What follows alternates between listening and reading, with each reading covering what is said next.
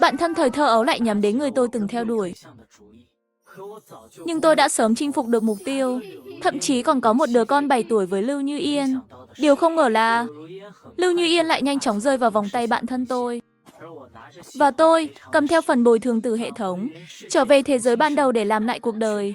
Không ngờ họ lại đuổi đến thế giới của tôi.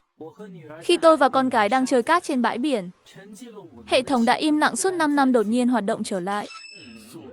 Cứu mạng, làm sao đây? Chuyện gì xảy ra? Đây là một cuộc khủng hoảng thật sự. Cậu đã xuyên không sang thế giới khác, để lại con trai Hứa Nham và vợ ở dị giới, Lưu Như Yên. Họ đã theo tới thế giới này tìm cậu. Hai mẹ con họ không phải đã bỏ tôi để đi theo bạn thân tôi rồi sao? Bây giờ tôi đã có gia đình ở thế giới này rồi. Họ đến đây để làm gì nữa? Hệ thống im lặng. Tôi lập tức gọi điện cho vợ hiện tại. Giang Tiểu Nghiên. Chồng ơi, em mới rời đi chưa đến 10 tiếng. Mà anh đã nhớ em rồi sao? Vợ à, chuyện anh sắp kể em nghe. Em nhất định phải bình tĩnh nhé. Tôi kể nhanh mọi chuyện về lần xuyên không và những gì hệ thống vừa nói cho cô ấy nghe. Ban đầu, Giang Tiểu Nghiên rất kinh ngạc nhưng nhanh chóng chấp nhận tất cả. Thật ra, em còn lo rằng nếu anh gặp họ, anh sẽ không nỡ rời xa họ nữa. Nếu anh mềm lòng mà đi theo họ, em biết làm sao đây? Dù sao Hứa Nham cũng là con trai của anh. Giang Tiểu Nghiên chưa nói hết câu. Con gái Tiểu Nghiên bỗng tranh cãi với một đứa trẻ khác. Ba ơi, cậu ta giành điện thoại của con. Tiểu Nghiên, ba không giúp con đánh bạn ấy đâu nhé. Nhưng ba đã cho con học cua đâu. Để con có thể tự mình hành động. Đánh mấy đứa trẻ hư bắt nạt con.